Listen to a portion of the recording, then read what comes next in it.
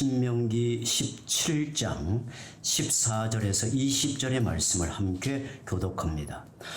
너가 내 하나님 여호와께서 내게 주시는 땅에 이르러 그 땅을 차지하고 거주할 때 만일 우리도 우리 주위의 모든 민족들 같이 우리 위에 왕을 세워야겠다는 생각이 나거든 반드시 내 하나님 여호와께서 택하신 자를 내 위에 왕으로 세울 것이며 내 위에 왕을 세우려면 내 형제 중에서 한 사람을 할 것이고 내 형제 아닌 타국인을 내 위에 세우지 말 것이며 그는 병마를 많이 두지 말 것이요 병마를 많이 얻으려고 그 백성을 애굽으로 돌아가게 하지 말 것이니 이는 여호와께서 너희에게 이루시기를 너희가 이후에는 그 길로 다시 돌아가지 말 것이라 하셨음이며 그에게 하늘을 많이 두어 그의 마음이 미혹되게 하지 말 것이며 자기를 위하여 은금을 많이 쌓지 말 것이니라.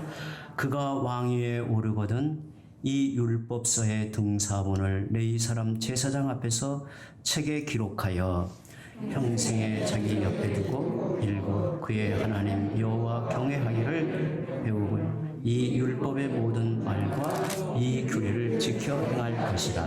함께 읽습니다. 그리하면 그의 마음이 그의 형제 위에 교만하지 아니하고 이 명령에서 떠나 좌로나 우로나 치우치지 아니하리니 이스라엘 중에서 그와 그의 자손이 왕위에 있는 날이 장구하리라. 아멘. 아멘. 하나님께서는 이스라엘 백성이 가나안 땅에 들어가면 각 성읍에서 지파를 따라 재판장과 지도자를 세워 말씀의 기준으로 공정한 재판과 법을 집행하여 그들이 언약 공동체의 성격을 분명히 유지하라고 말씀하셨습니다.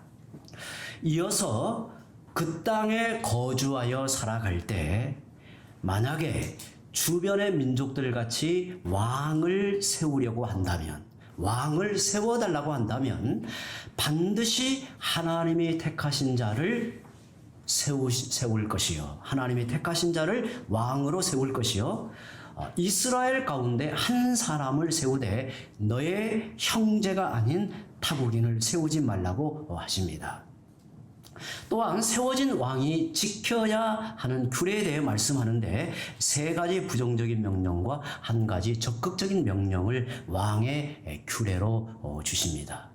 왕이 지켜야 할 규례로서 부정적인 명령은 첫째가 자신을 위해 병마를 많이 두지 말고 둘째 자기 아내를 많이 두지 말고 셋째 자기를 위하여 은금을 많이 쌓아두지 말라고 하십니다. 적극적인 명령은 그가 왕위에 오르면 율법을 자기 옆에 두어 읽고 여호와 하나님 경외하기를 배우며 율법의 모든 규례를 지키라고 하시면서 그리하면 이스라엘 중에서 그와 그의 자손이 왕위에 있는 날이 장구할 것이라고 약속을 합니다.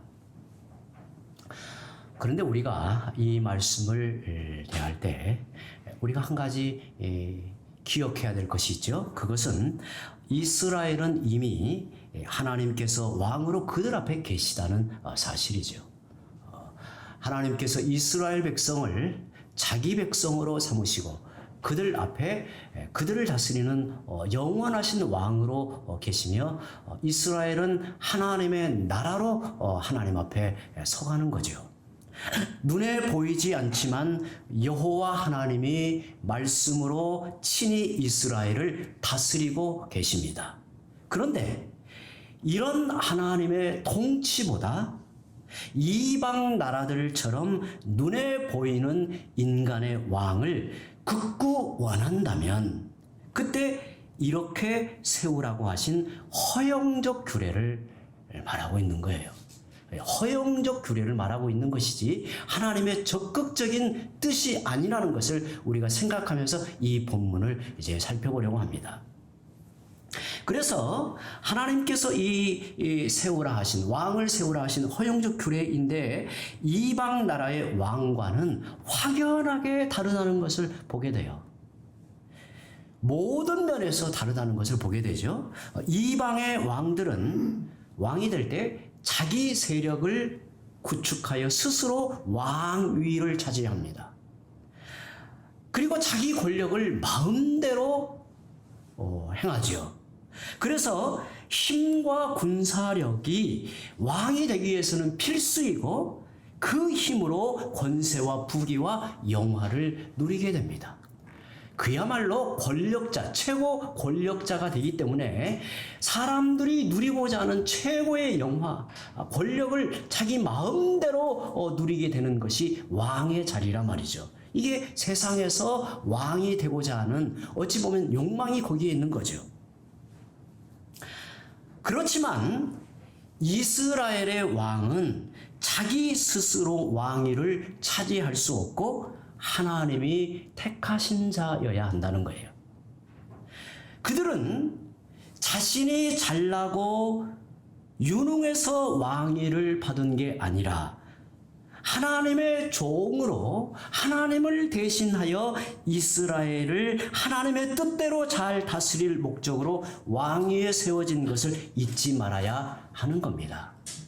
그러니까 진정한 왕, 영원하신 왕은 여전히 하나님이신데 하나님을 대신할 자, 하나님을 대신하여 이스라엘을 하나님 나라로 섬길 자를 하나님께서 택하여 주시면 그가 왕으로 세워지는 것이지 세상의 원리를 따라 왕이 세워지는 것이 아니라는 것을 분명히 밝힙니다. 그래서 그 조건이 말의 힘, 이 말은요, 그 당시에 이 말의 병거는 그 당시에 가장 우수한 군사력이었기 때문에 어찌 보면 왕의 힘이라고 할 수 있죠. 말의 힘과 또 은금의 힘을 따르지 말고 오직 하나님만 의지하며 자기 아내를 많이 두어 미혹되지 말고 마음이 미혹되지 말고 그리고 율법을 자기 옆에 두고 그 율법의 모든 가르침을 지켜 행함으로 하나님의 뜻을 받들어 왕의 직무를 다하라는 거예요. 그 말이 무슨 말일까요? 여러분, 이 세상에서 왕은 곧 뭐가 되나요?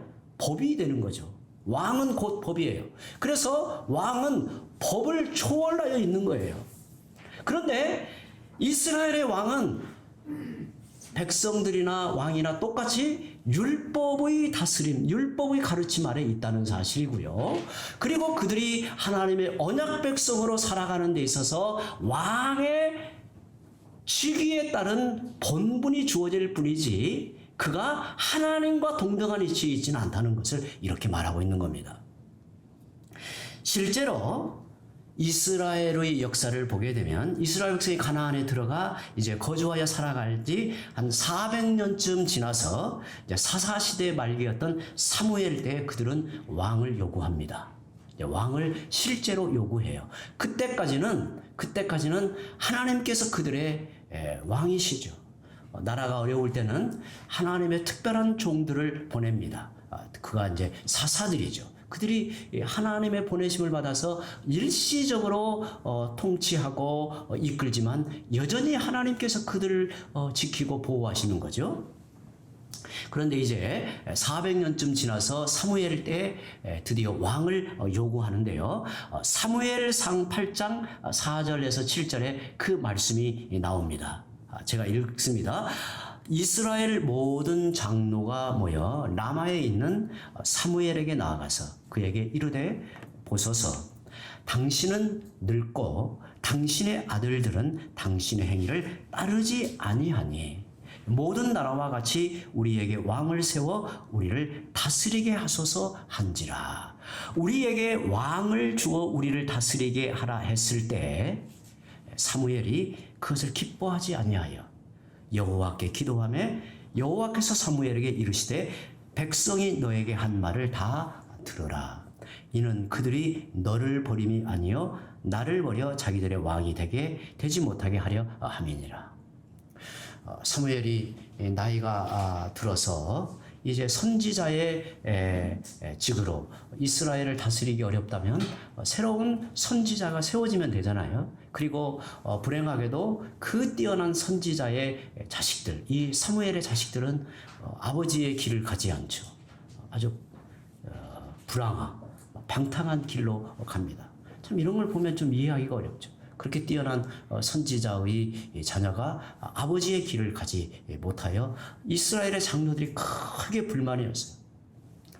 그것이 이제 빌미가 되어 이제 왕을 요구하는 이제 사태로 간 거죠. 그런데 사무엘이 장로들의 그 요청에 대하여 마음이 불편했어요. 기뻐하지 아니했다는 거예요. 그래서 여호와 하나님께 기도하는데 하나님께서 뭐라고 말씀하시냐면 그들이 사무엘 선지자를 버린 것이 아니라 하나님을 버리고 그들의 왕이 되지 못하게 함이라고 말씀을 합니다.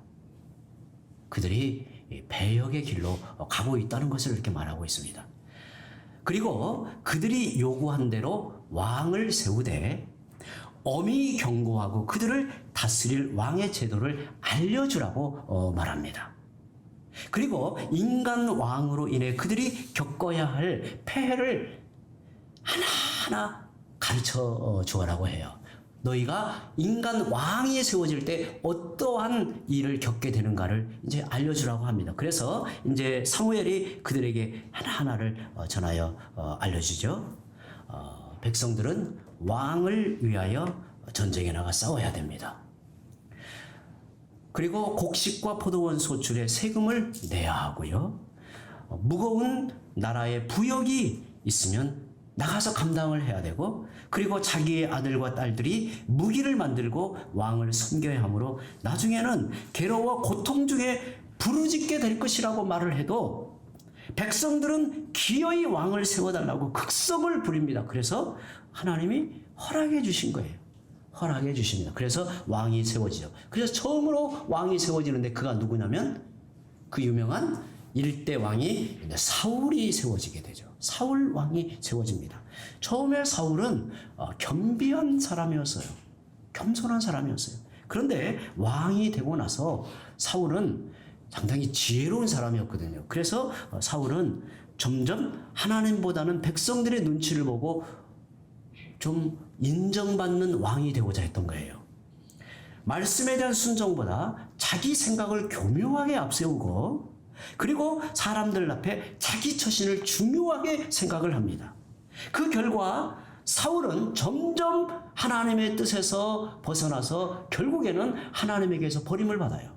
그리고 이어서 다윗이 왕으로 기름 부음을 받습니다. 새로 세움받은 다윗은 오늘 본문에서 말씀하는 왕이 지켜야 할 규례로 볼 때 거의 합당한 인물이었지만 그도 완전하지는 않았습니다.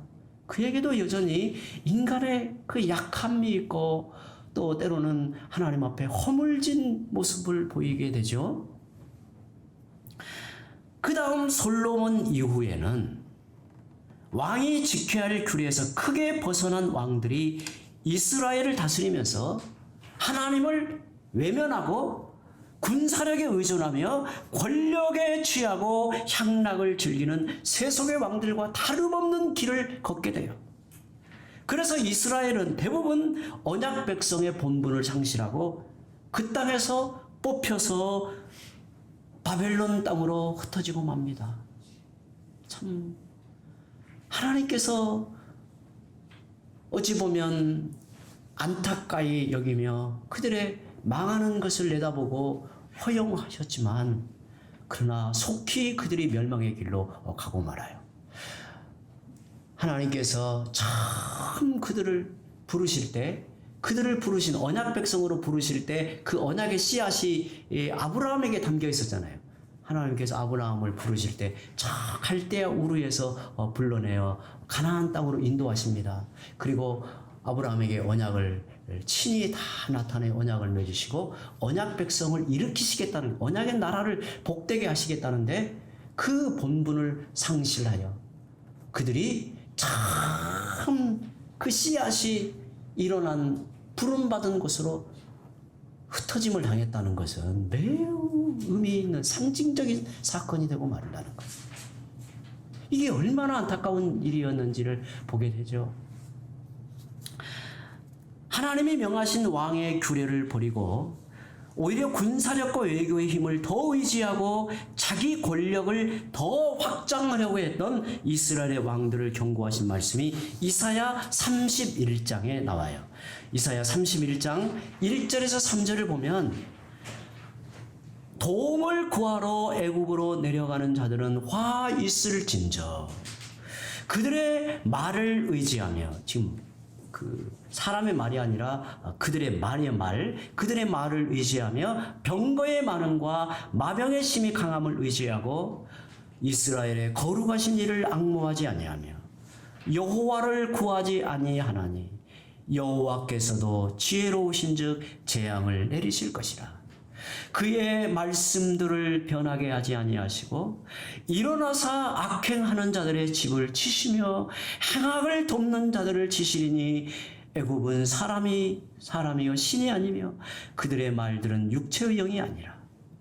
여호와께서 그의 손을 펴시면 돕는 자도 넘어지며 도움을 받는 자도 엎드러져서 다 함께 멸망하리라. 참 우리가 새겨 들어야 될 말씀이 여기에 나오죠. 그러면 우리 이런 질문을 하게 됩니다. 하나님께서 이스라엘 백성이 이렇게 될 줄 아시면서 왜 왕을 허락하셨을까? 하나님은 이렇게 이스라엘 백성이 멸망의 길로 가게 될 것을 하나님은 다 내다보셨어요. 그런데 왜 허락하셨을까? 우리 생각 같으면 절대로 허락하지 않고 그 요구하는 자들을 크게 책망하여 돌려보냈으면 좋았을 것을. 그런데 하나님은 허용하신 거예요. 저는 이 부분을 이렇게 해석을 합니다. 왜 그랬을까? 이제 성경의 전체적인 가르침을 통해서 저는 이렇게 해석을 합니다. 그들의 영원한 왕이신 하나님의 통치를 싫어하여 그들이 요구에 세워진 왕들이 얼마나 미비하고 불완전한 왕인지를 통감하게 하신 거예요. 그리고 장차 하나님이 세우실 참되고 온전한 왕이신 예수 그리스도의 통치를 소망하게 하려는 뜻이, 어찌 보면 하나님께서 그들을 향하여 불쌍히 여기시는 은혜의 역사를, 구원 역사를 다 예배하여 나타나시며 그들이 실패한 역사 가운데서도 하나님이 다시 그들에게 변함없으신 영원하신 왕 하나님께서 이제는 그들 가운데 거하여 그들의 참 만왕이 되시는 주님으로 그들 가운데 나타나시는 소망을 이 연약한 사건을 통해서 소망하게 하신다 말이죠. 육신으로는 다윗의 후손으로 오시고 성결의 영으로는 십자가에 달려 죽으시고 부활하신 주님은 하나님의 아들이며 만왕의 왕이십니다. 예수님은 친히 십자가의 죽으심과 부활을 통하여 만왕의 왕으로 등극하여 가시는 예루살렘으로 가시는 길에 말이 아니라 나귀 새끼를 타고 입성하신 겸손한 왕이요. 주님은 이 땅에서 은금은커녕 머리 들 곳조차 없으신 왕으로 성부 하나님이 보내신 뜻에 온전히 순종하여 자기 생명을 십자가에 내어주고 택한 백성을 구원하신 왕이십니다. 그분이 우리의 주님, 우리의 왕이시라는 사실에 막연히 멀리 계시는 왕이 아니라 이 땅에 우리의 대통령보다 더 실제적인, 더 인격적인 우리의 모든 삶을 주관하고 지키며 다스리시는 만왕의 왕이신 주님이 우리 앞에 계시고 우리 가운데 계시며 우리의 삶 가운데 우리와 동행하신다는 사실을 이스라엘 백성의 그 연약한 왕의 제도를 통해서 우리에게 더 감사하고 그 은혜를 바라보게 하는 겁니다. 성경은 만왕의 왕이신 주님을 나의 구주로 믿고 자기 인생의 주님으로 알고 섬기는 성도들을 가리켜 우리가 살아가는 이 시대 안에 왕 같은 제사장이라고 우리의 신분을 부여하여 그렇게 우리를 대하여 주님이 우리를 통해 주의 역사를 이루신다는 거예요. 그러므로 본문에서 명하는 왕이 지켜야 할 규례는 우리와 무관한 고대 이스라엘의 왕들에게만 해당하는 말씀이 아니라 오늘 우리에게 적용되는 중요한 교훈이 전해지고 있는 겁니다. 만왕의 왕이신 주님만을 믿고 섬기며 살아갈 때 우리가 무엇을 조심해야 하는가를 가르치고 있는 겁니다. 우리는 세상의 힘을 의지해 살지 말고 우리 마음이 미혹되지 않도록 조심하고 과도히 욕심을 내지 말라고 왕의 이 규례를 담아서 우리에게 명령하고 있는 거예요. 어찌 보면 하나님은 우리를 왕족으로 삼으시고 더구나 왕같은 제사장으로 이 시대 가운데 우리 주님의 역사를 대신하며 동역하며 주님 앞에의 삶을 살아가고 있는 거예요. 우리는 누구도 자기 힘과 권력으로 왕같은 제사장이 되지 않았습니다. 하나님이 영원 전에 택하시고 그리스도를 통하여 우리를 부르셔서 왕같은 제사장으로 하나님의 은혜와 복되심을 세상에 증거하는 복된 삶을 살게 하십니다. 성도는 근본적으로 은과 금과 말의 힘과 많은 아내가 상징하는 하나님 외의 다른 즐거움이나 힘과는 거리가 먼 인생으로 부름받았음을 잊지 말아야 합니다. 우리에게는 다른 힘이 있고 다른 즐거움이 있고 다른 목표가 있습니다. 얼마나 복된 인생인지 모릅니다. 이는 신자의 영광이요 특권입니다. 이것을 잊으면 우리는 세속의 욕망에 이끌려 살아갈 수밖에 없습니다. 더 많은 것을 모려하고 더 높아지려 하고 더 큰 즐거움을 위해 살아갈 뿐입니다. 이 세상의 모든 인생이 그러하듯이 우리는 성경을 통해서 솔로몬이 무려 병거의 말이 4만이었다고 알고 있지요. 그의 아내와 첩이 3,000명이었다고 해요. 왜 이렇게 많은 말을 모으고 많은 아내를 두었을까요? 솔로몬에게는 하나님이 그의 힘도 아니고 기쁨도 아니었기 때문입니다. 사실은 이때부터 이스라엘은 오장이 나고 불행한 역사가 시작이 됩니다. 성도 여러분, 이것은 우리와 무관한 말씀이 아닙니다. 우리가 신자로서 살아갈 때 근본의 문제를 우리에게 지적하고 있는 겁니다. 지금 우리는 무엇을 자기 힘으로 삼고 있고 어디에서 기쁨과 소망을 찾아 살아가는지 우리에게 묻는 겁니다. 오늘 우리 마음에 솔로몬처럼 살고 싶은 욕망이 있는가? 정말 내 마음에 솔로몬처럼 살고 싶은 욕망이 있는가? 솔로몬이 누리고 살았던 인생이 멋있어 보이는가? 만약 내게 솔로몬과 같은 힘과 여건이 주어진다면 솔로몬처럼 살고 싶은가?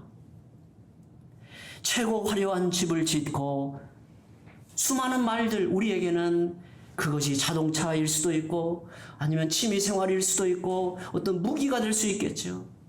그리고 곳간에 은금을 가득 쌓아두고 여러 명의 아내와 첩들을 두고 인생을 즐기고 싶은가? 어찌 보면 이 세속의 욕망을 쫓아 살아가는 사람들에게 있어서 이보다 더 화려한 인생, 더 재미난 인생이 어디 있겠어요? 그런데 오늘 우리에게 주님은 묻습니다. 너에게 솔로몬과 같은 권력이 주어지고 솔로몬과 같은 그 자리에서 수많은 은금이, 수많은 힘이 너에게 주어진다면 너는 솔로몬의 길을 가고자 하는가를 묻는 거예요. 저는 때로 이 말씀이 저에게 문득 주님이 저에게 물으실 때가 있었습니다. 저에게는 주님이 이렇게 물으시더라고요.